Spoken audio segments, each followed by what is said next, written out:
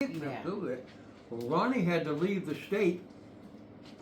He had to leave the state, okay, because there's a warrant for his arrest. And guess who hired him? National Park Service down there in that Great Bend Park. They never did a background check. There's a warrant for his arrest up there too. And I said, well, I'm so glad he wasn't wearing our gun when he shot somebody, because we'd be carrying slingshots the rest of our life up there, you know.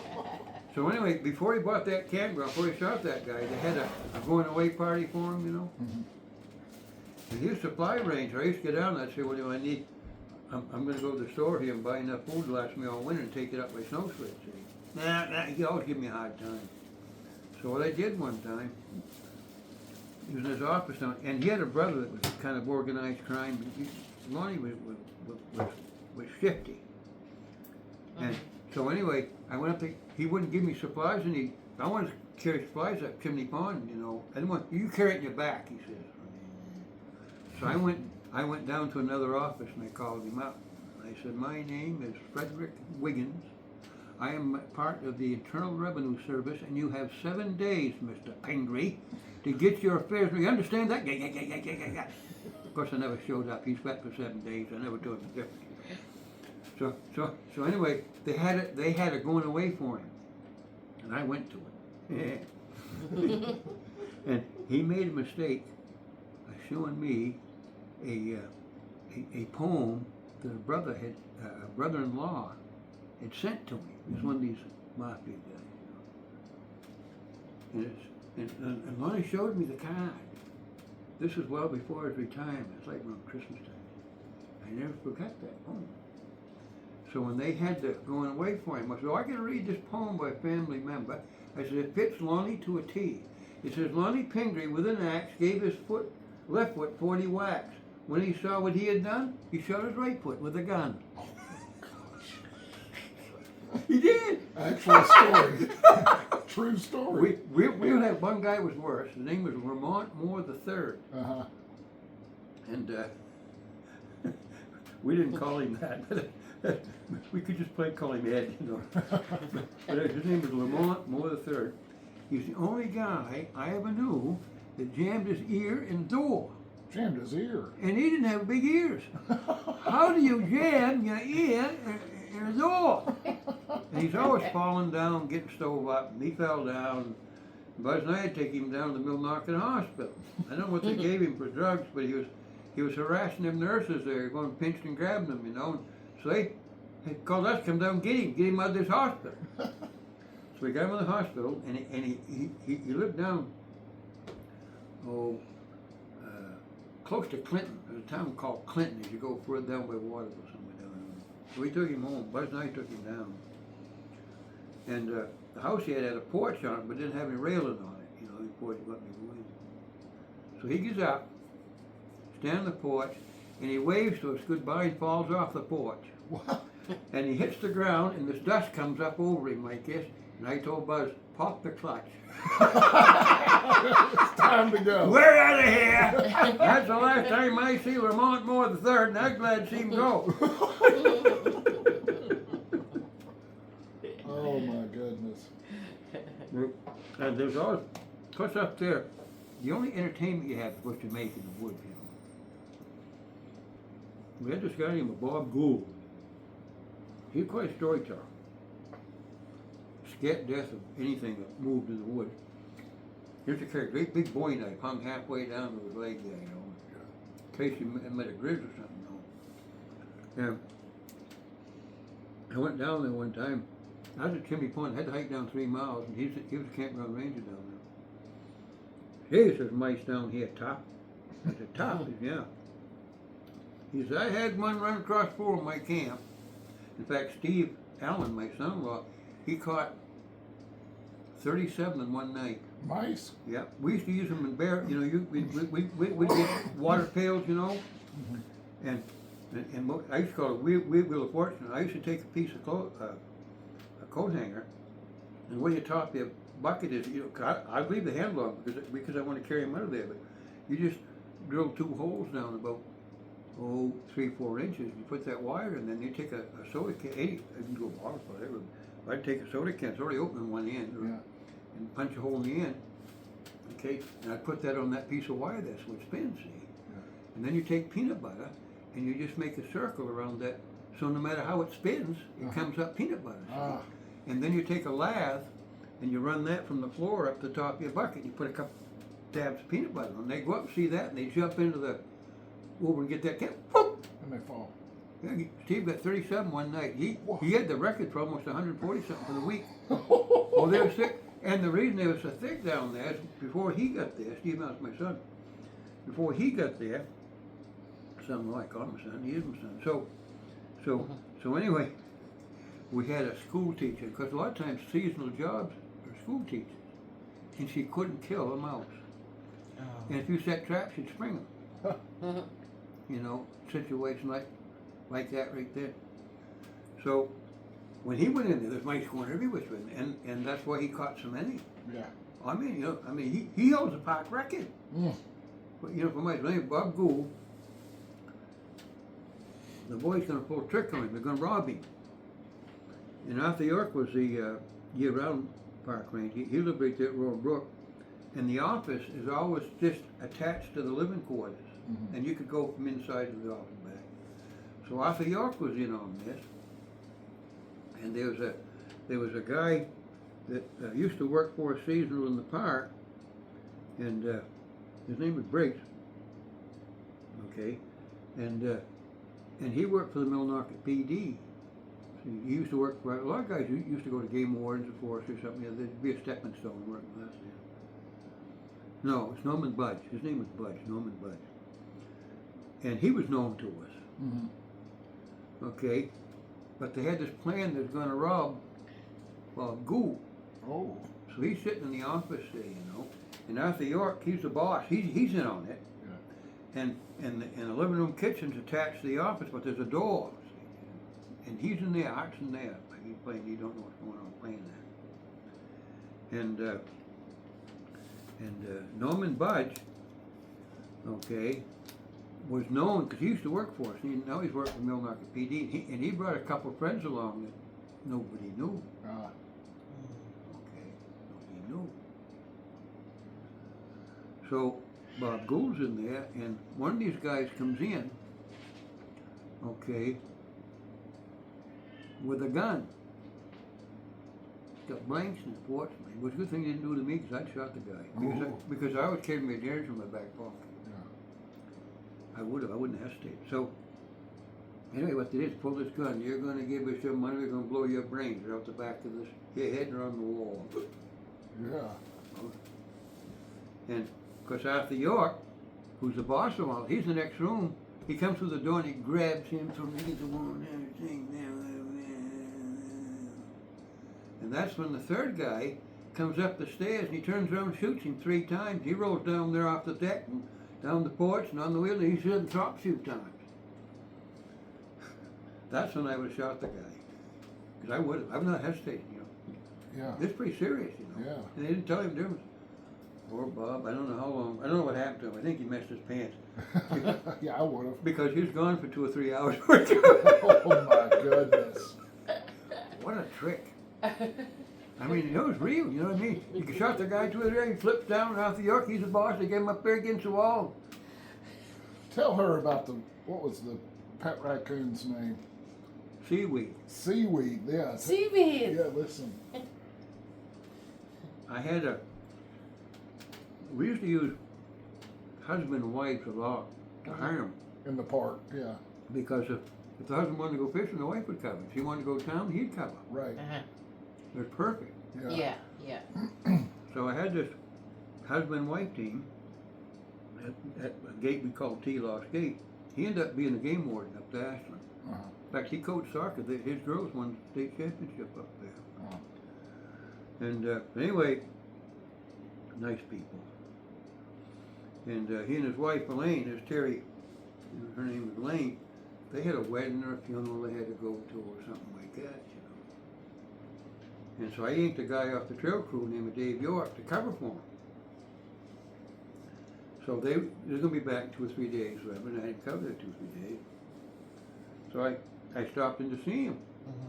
I was going to the slow gate, right in the middle of nowhere. He didn't have much traffic there. So I says, how's it going? Hey, he says, I had to shoot me a coon. I said, you had to shoot you a coon? He says, yes. I said, how'd you kill it? Well, I said, what happened? Well, he says, I was in the, because what they have is a ranger camp where you live in. Yeah. And there's a little office in there too. He says, I was in there, he said. That raccoon come down and opened up the door and come right in like he owned the place. He said, that ain't normal. He said, something matter with that coon. He said, I killed it. I said, how'd you kill it? I know you didn't have a gun. Well, he said, I looked around, all I had was a broom handle, he said, and I broke it right over his head. And that raccoon, like that, you know. I said, what'd you do with it? And he said, I took it up back, throw it in the woods. Geez, I said, don't tell Terry and Elaine. What do you mean? I said, that's seaweed. I said, they got this pet coon. I said, he comes in, helps himself, comes on in, they feed him. Oh no. I said, you killed seaweed. Oh, He said, I no. did. I said, yeah. I don't say a word. Mama's word, no. So they came back, and he left. And I stopped down a couple, 3 days to see Terry and Elaine. How's it going? They said, have you seen seaweed? No, I ain't seen seaweed. I ain't lying. Oh no.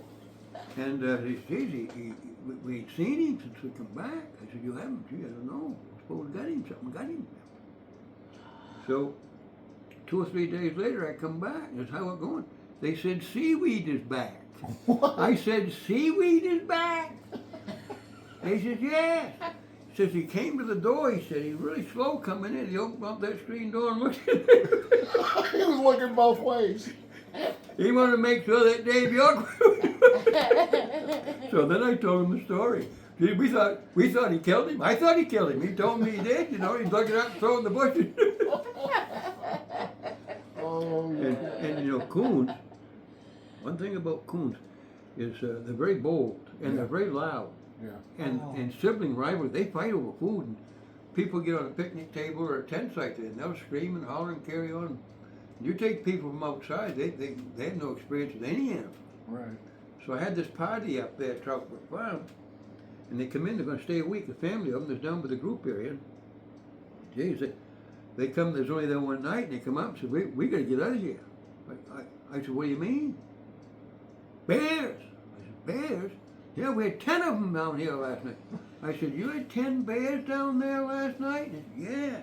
Carrying on, screaming, carrying on.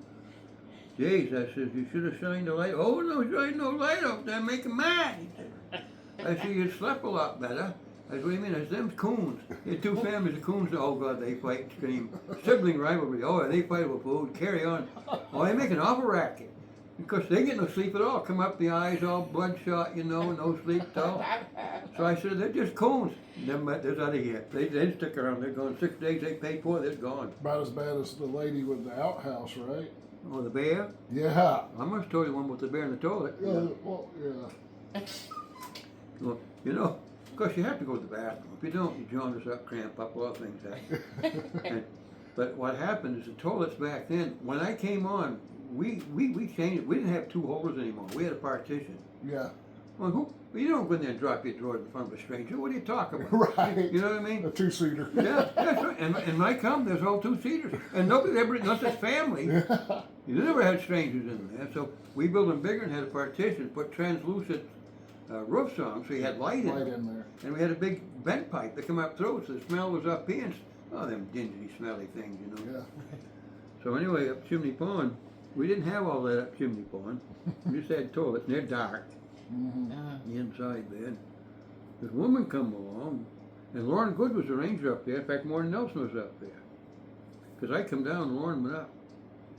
And he was telling me about it. He said, this woman come, had to use bathroom. She went inside. You ever had the feeling somebody's watching you or something? Oh, yeah. She had Yeah. this feeling, see? She looked all around, and she shined the flashlight down that hole, and this cold, wet nose come right up the seat. Oh. Boy, she screamed. I was hoping she'd sit on it. She'd scream some more, I'll tell you that, right there. So, if they're like a dog, they'd probably lick you, you know. So anyway, she took off screaming, slammed the door, and the bear wouldn't come out. Oh no. Oh no, he's down there. You know, you go down there, you're gonna get in trouble. Yeah. And if you think about it, he's not a black bear anymore. He's a brown bear. Ooh. See? And you say, what's that bear doing there? I'll tell you what that bear's doing there. I don't care where you go, when you're in school, any group of people, there's always some brighter than others. You ever notice that? Yes. And there's some people, you could play the same trick on them every Monday, Wednesday, and Friday, the whole life. There'd be somebody else, you do it once, and you can't get near them again. I had bears like that, you know. I set a live trap, never get them. And then, you know, if they had something, no, I mean, they wouldn't, you know, I wouldn't go in, see. The other ones, yeah, no problem, no. So, anyway, that's like some fella goes and uses an outdoor toilet, you know. Yeah. He drops his drawers and, you know, a quarter falls down there. He looks down there at that quarter down there. He thinks it's a good place for it. You know? Yeah. Yeah. Another guy come along and do the same thing, drop a dime down there and spend it all day trying to fish it out. So, I mean, you know, you always get, you know, there's different degrees of intelligence in this world. And this bear, you know, I mean, he wasn't really smart, but he got a good feed. Do you know why that bear was there? I must have told you about it. Well, in the park, we furnish the litter bags. Uh-huh. Carry in, carry out, drawstring. And anytime you bring in, you're expected, what you don't eat, or the cans or the bottles, you take them out. Right. But you always get people can't do that. So, you And drop it down. know. But yeah, so you're up there 3 miles away, you know, from the nearest road with your car. So they go over there. They kind of look around for the ranger, you know. Yeah. Throw it in. Oh. So one of these not too sharp bears comes along, That's and he goes on the back and digs a little hole, and he literally slides on in. Pretty greasy in there, you know. So he gets in there, and this lady comes along. Well, she screams, slams the door, and bear, he throws. He ain't coming out. So Lauren Good, geez, what are you going to do? You know, I shoot him in there. I don't want to handle that thing. Let him run. So anything, what they did is they got a bunch of teenage kids. You always get a bunch. Now that's an adventure, you know. Yeah. So they got 4 or 5 campers up there, and they tipped the toilet over, Oh. and then the bear took off. See? Oh. But we had a problem because everybody in that campground knows there's a bear in the toilet. Do you think they're using the toilet? No, sir. So what's the ranger up there? He got a shovel in the bucket for about a week until everybody goes. Because ain't nobody using that toilet. Cause and effect. Yeah. See, so the plan, we had this plan. Because what you do is you have a group come in like for a week for it, and then they all leave. Then you get, so mummer's the word. When these new people come in, don't say nothing about no bear in the toilet. Because they're going to be shoveling more up. See? Yeah. It took one. And then, now this is interesting. Uh-huh. This is interesting.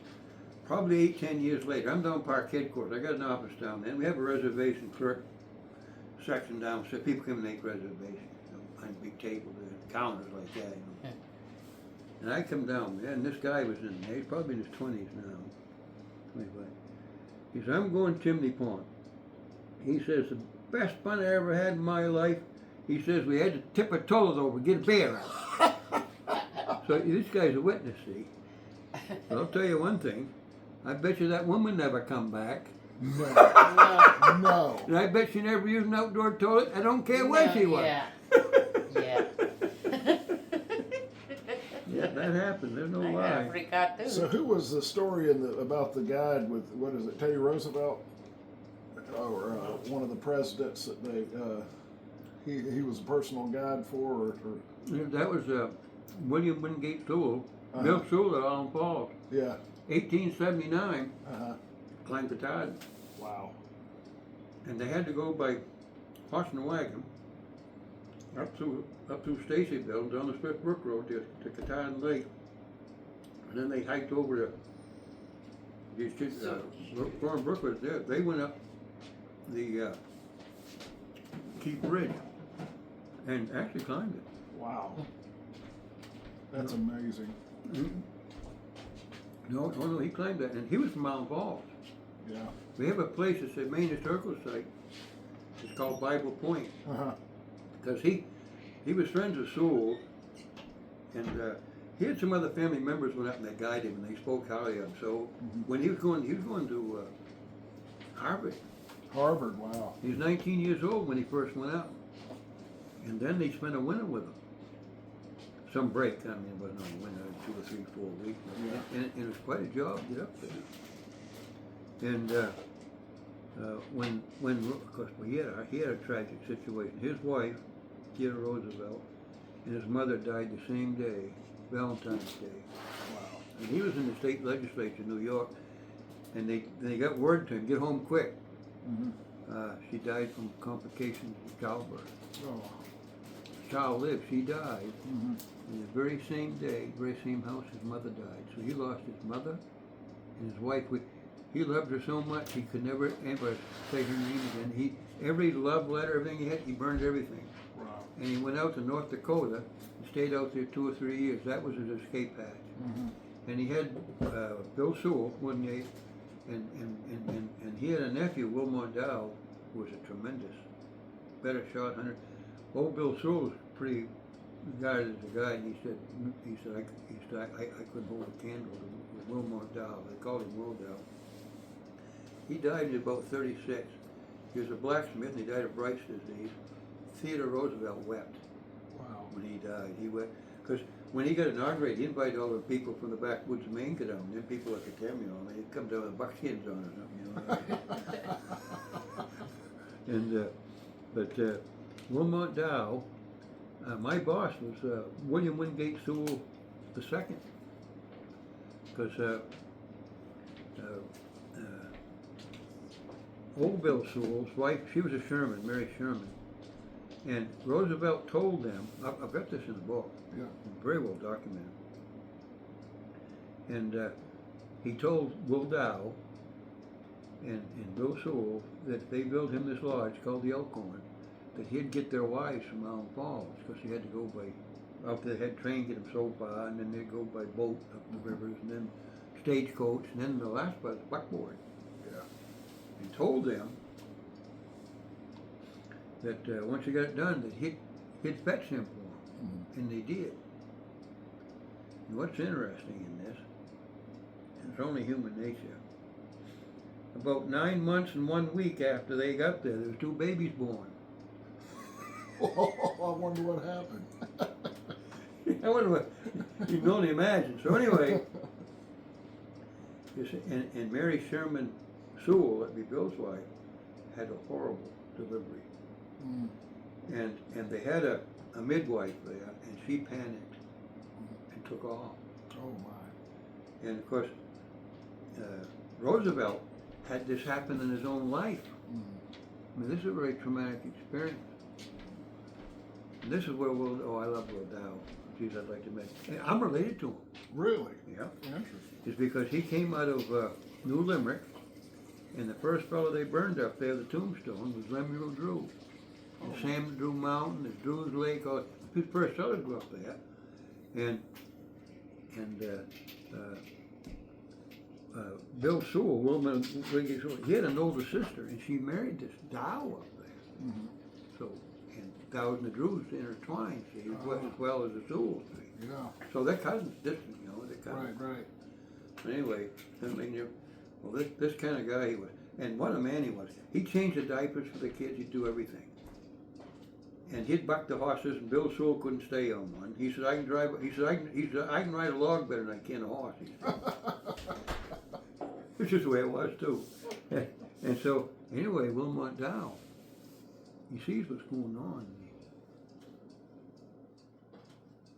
He says, "I've brought some sheep in this world," he said, "some cattle. You know, you have bleached birth, You reach straight in there and got a whole old Fred, got his head around there. Out he come. And it was a difficult delivery, but they both lived, but Fred almost died. Wow. And Fred Sewell is the father of my boss. Wow. And he was in his 80s, Mm-hmm. almost 90, and I used to go visit him all the time. And his son Bill, be my boss, lived right now in Falls. They built a little log cabin out there in the backyard, Mm-hmm. and they had some guns in there and fire in there, and he'd go out camp every day. He's in his 80s, and he'd go out there and putt around.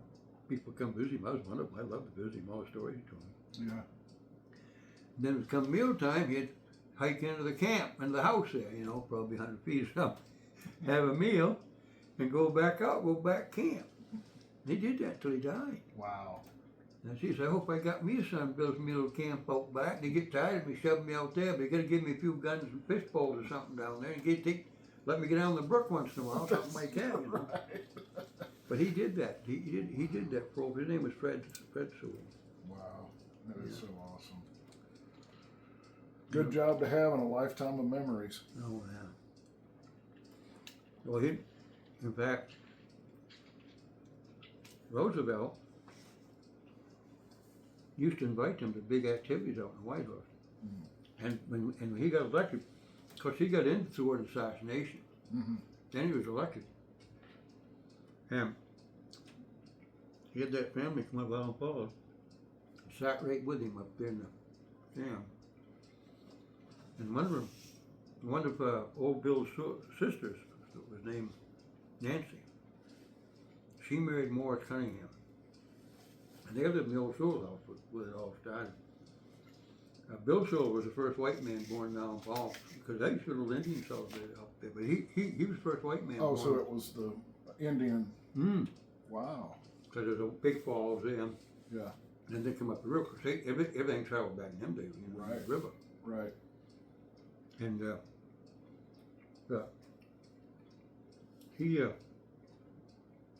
he'd tell me stories about that family and what they did. Mm. And that was quite a treat for somebody from Island Falls down there in Washington, D.C. Well, anyway, Nancy, the Bangor Daily News interviewed her, and I had the article for a long time.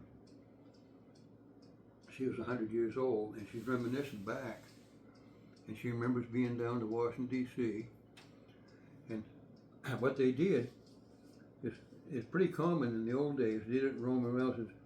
If they beat somebody in a war, they'd march them in a parade in shackles or whatever they did. Oh, yeah. They were bragging, you know, it's like shooting a big deal. And Geronimo was there at the inauguration. Whoa. He was there. In this newspaper article, she said, I saw Geronimo. I'm saying, what? Wow. Who alive in the United States of America can say that they met Geronimo? Right. And she did because of the distance. You know, what they do is parade them by. They're sitting up in this stand, you know, parade them by. And I saved that clipping, and I met a member of the Sewell family that went out of state and come back. I gave it to him. I said, what a wonderful story that was. No kidding. She and her husband. But I said, how many people, when I was alive, could say that they saw Geronimo? Where I was from in the North Georgia mountains near LJ is where the Trail of Tears pretty much took off and Cherokee. started right in that town where I was at. Oh man, that was bad. Oh, unbelievable. You can thank Andrew Jackson for that. Yeah. David Crockett hated Yeah. Andrew Jackson because they fought Indians together, Seminoles or somewhere. Yeah. But Jackson, that slay all the women and children. Yeah. Crockett didn't like it.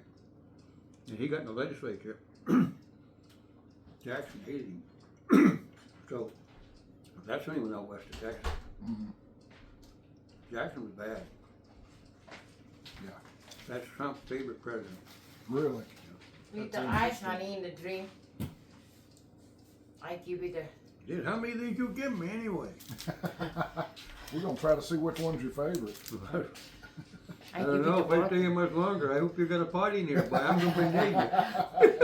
We got that for sure. They drink a lot. Yeah. The bunny. Oh, the rabbits? Yeah, drinking both a lot, not You- stop. I give You you got a that. rabbit in here?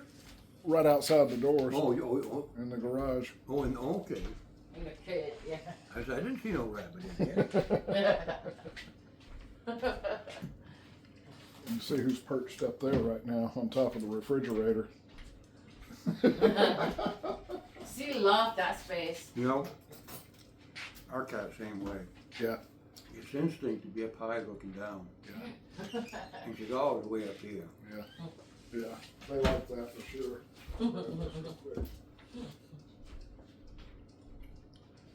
It's so cute that drinking. Oh my, what happened? I call it too. It's drink it all the time. I think that the water is freezing.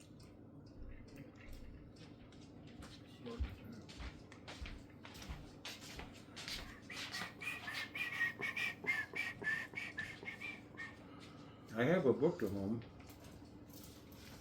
written by a guy named Andrew Beach, who's a ranger in Baxter Park. And he used to be an editor for Down East magazine, which is a high-end magazine here. Mm-hmm. Yeah. He wrote a book, that's The Making of a President. And it's all about the Sewell family and the Dow family and their out west activities. And a story in there about Will Dow delivered the babies in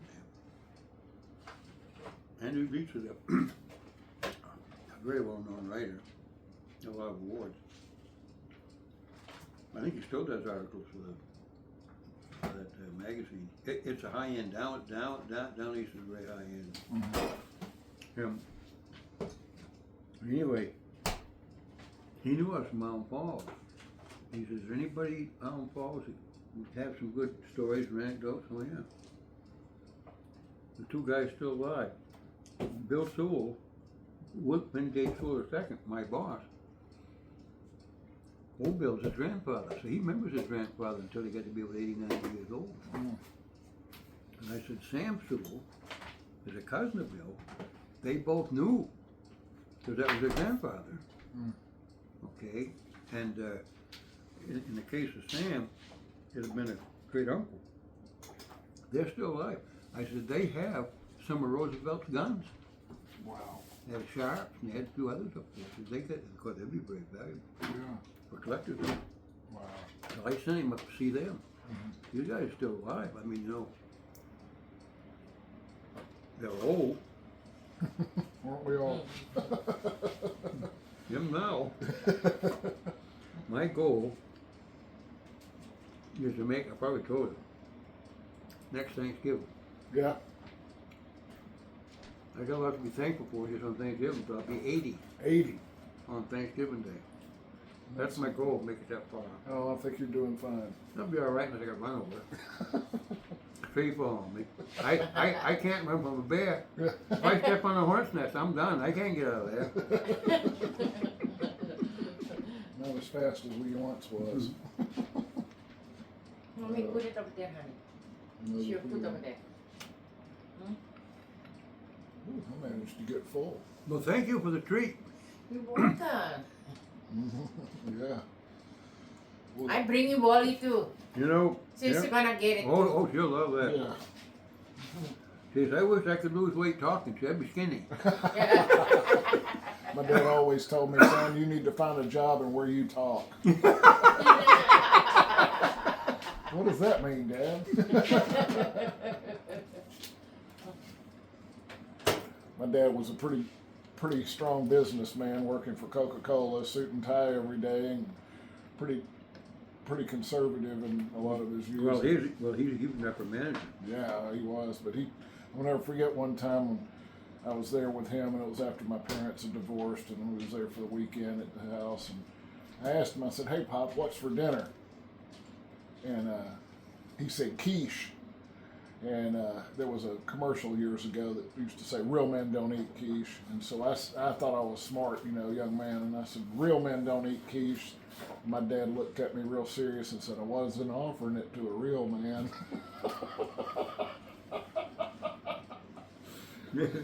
You couldn't get over one of my dad too well.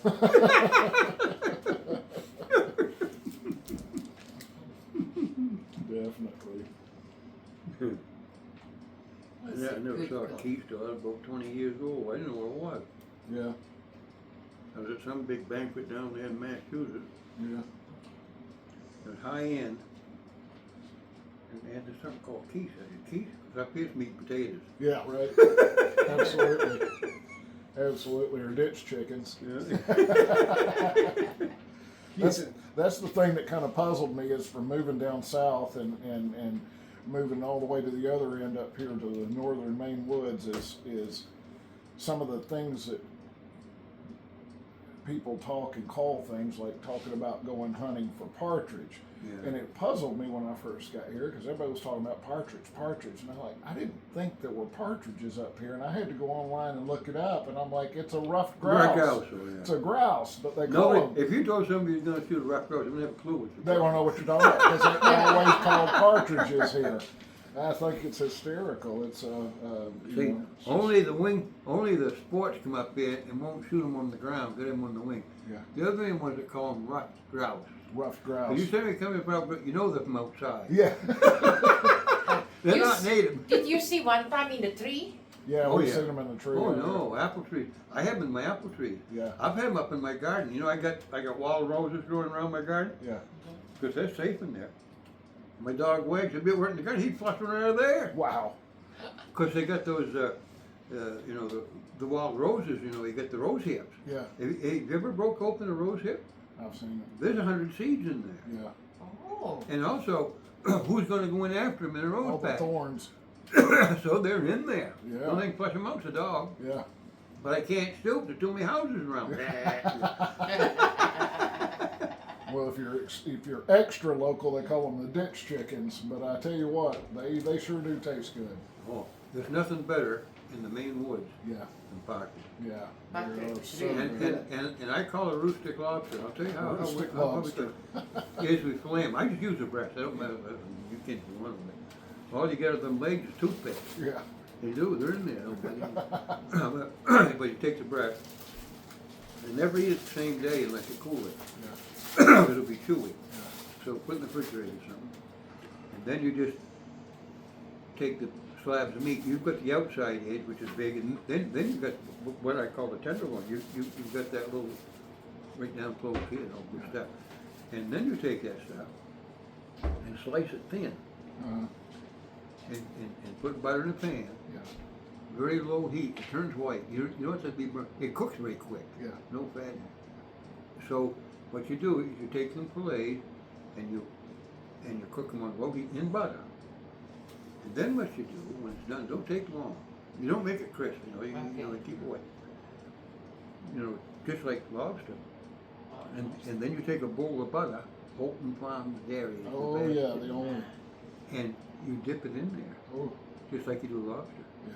Okay. I'm telling you, I don't care where you go, and nothing any better in Maine than that. Oh, Oh, it's yeah. delicious. So I call it rustic lobster, you know. Well, then I got a big surprise when we came here by seeing a picture of a fiddlehead on Sherry Oh, yeah. Skinner's wall down there, and I said, "What's that?"